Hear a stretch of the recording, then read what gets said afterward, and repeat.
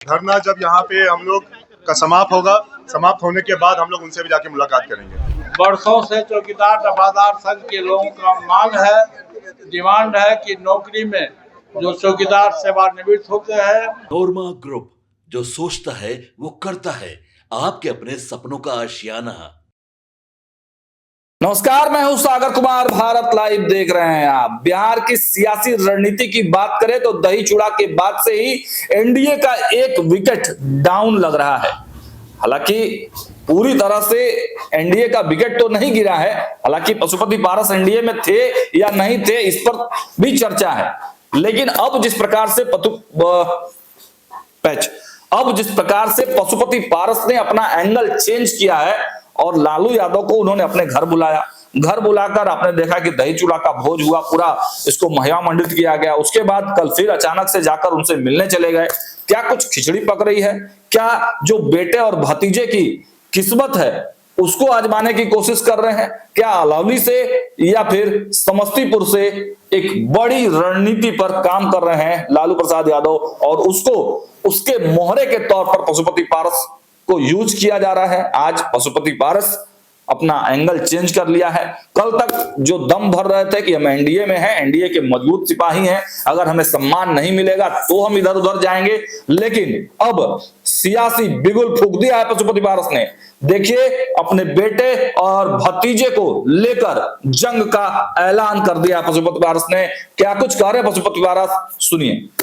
यहाँ आए हैं, यहाँ के बाद हम लोग बीपीएससी के छात्रों से भी हम लोग मुलाकात करेंगे। उनके साथ हम लोग हैं, उनकी मांग को भी हम लोग आगे बढ़ाएंगे। अभी जब ये धरना जब यहाँ पे हम लोग का समाप्त होगा, समाप्त होने के बाद हम लोग उनसे भी जाके मुलाकात करेंगे। हो गया?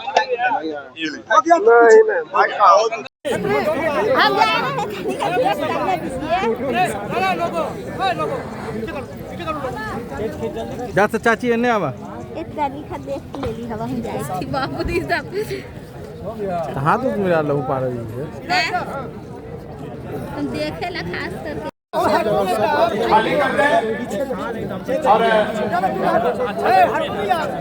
अरे भाई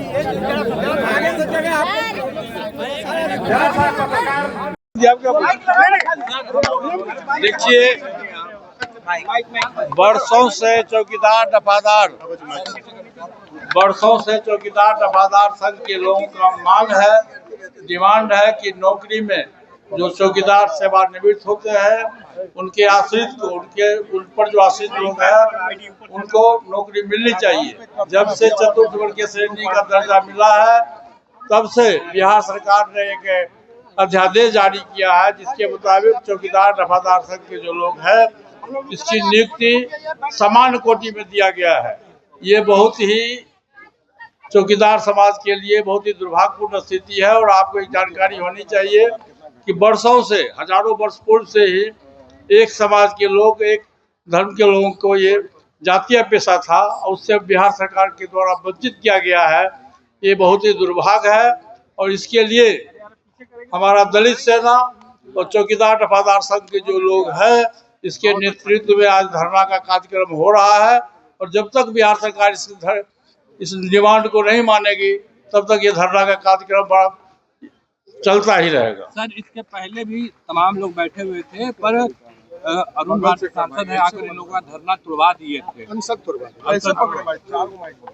हाँ, तुड़वाए थे, लेकिन वो लोग सरकार में वो लोग कुछ किए नहीं। इसलिए हमारी मांग है, हम दलित सेना की ओर से हमारी मांग है कि इस चौकीदार दफादार संघ का जो डिमांड है इसको बिहार सरकार अविलंब पूरा करे। देखिए, कौन व्यक्ति आए, किन्होंने धरना तोड़ा, किन्होंने धरना नहीं तोड़ा, लेकिन हम ये आपको बता दें कि जब तक बिहार सरकार हमारी मांगों को पूरा नहीं करेगी यह धरना जारी रहेगा। ये धरना टूटने वाला नहीं है। आप कहे थे कि एनडीए के साथ है आपके नेता।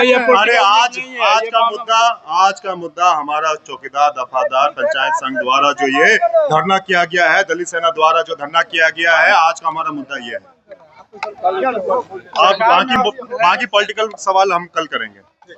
तो देखा आपने, पशुपति पारस, उनके भतीजे और उनके बेटे यशराज और उनके भतीजे प्रिंस राज, वो तीनों मिलकर गर्दनी बाग पहुंचे हैं और गर्दनी बाग में जो तमाम दलित सेना के बैनर तले चौकीदारों का बड़ा आंदोलन चल रहा था उसको समर्थन देने के लिए पहुंचे हैं। आपको मालूम है कि जो आंदोलन चौकीदारों का चल रहा था उसे चिराग पासवान ने समाप्त कराया था, लेकिन अब फिर से आंदोलन को हवा दी जा रही है और कहीं ना कहीं पूरी तरह से इस मैटर को सियासी रंग देने का भी प्रयास किया जा रहा है।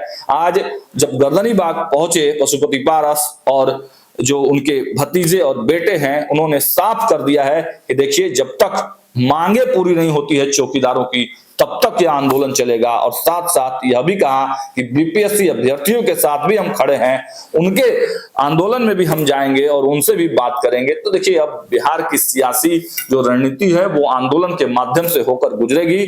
देखना यह होगा कि क्या इसका प्रभाव पड़ता है, क्या पशुपति पारस को महागठबंधन में यह आंदोलन और यह वोट बैंक कुछ बड़ा दिला पाती है या फिर मुंह ताकने रह जाते हैं पशुपति पारस।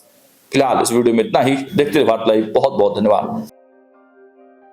आपके सपनों को हमने सजाया है, ई होम्स पैनोरामा को हमने बनाया है। ई होम्स मेरा एक सपना था जिस पे मैं पिछले 4 साल से काम कर रहा था। हमने जो बनाया है वो सबने है माना। ई होम्स पैनोरामा में हो आपका भी आशियाना। और फाइनली हमने 2021 में इस प्रोजेक्ट को लॉन्च किया। बहुत लोग अप्रिशिएट कर रहे हैं कि पूर्णिया जैसे शहर में, बिहार के, एक तो बिहार की बात करें उसमें भी पूर्णिया जैसे छोटे जगह में इस तरह का लाइफस्टाइल देना, ये सुन के हम लोगों को बहुत अच्छा लगता है। ई होम्स में हमने कुछ और भी किया है, जैसे हम जिस जगह में रह रहे हैं हमारे फैमिली सिक्योर हो, उनको सिक्योरिटी का ध्यान में रखा है।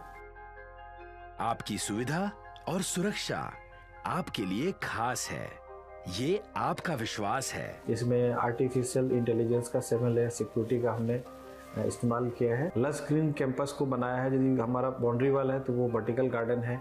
ये जितनी भी फैसिलिटी होता है एक इंटरनेशनल टाउनशिप में ई होम्स है, ये हम लोग विश्वास नहीं कर पा रहे हैं। जो भी हमारे मित्र दोस्त या जो भी हमारे बाहर के बाहर आते हैं तो हम लोगों को बहुत अच्छा सुनने को मिलता है और बहुत अच्छा क्रेडिट मिल रहा है। वो सारा हमने सिर्फ एक बिल्डिंग नहीं बनाया, हमें एक बहुत अच्छा लाइफस्टाइल दिया ई होम्स में, और मेरा एक सपना था जिसको मैं आज फुलफिल होते हुए देख पा रहा हूँ। ये आपका आवास है।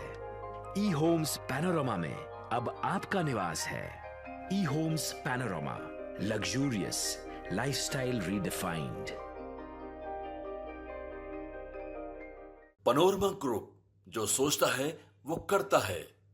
अगर ये वीडियो पसंद आई और वह बिहार के राजनीति और बिहारियत से सरोकार रखेनी तो सब्सक्राइब बटन दबा के चैनल के सब्सक्राइब कर ली। ओजे एगो घंटी बा, ओकरा बटन दबा देला से कुल सटीक और मारक खबर रुआ मुफ्त में मिल जाई। अगर रुआ पत्रकारिता के हमनी के नया प्रयोग में सहयोग कर चाहतानी तो ज्वाइन बटन दबा दी। पेटीएम नंबर नोट कर ली 9386 816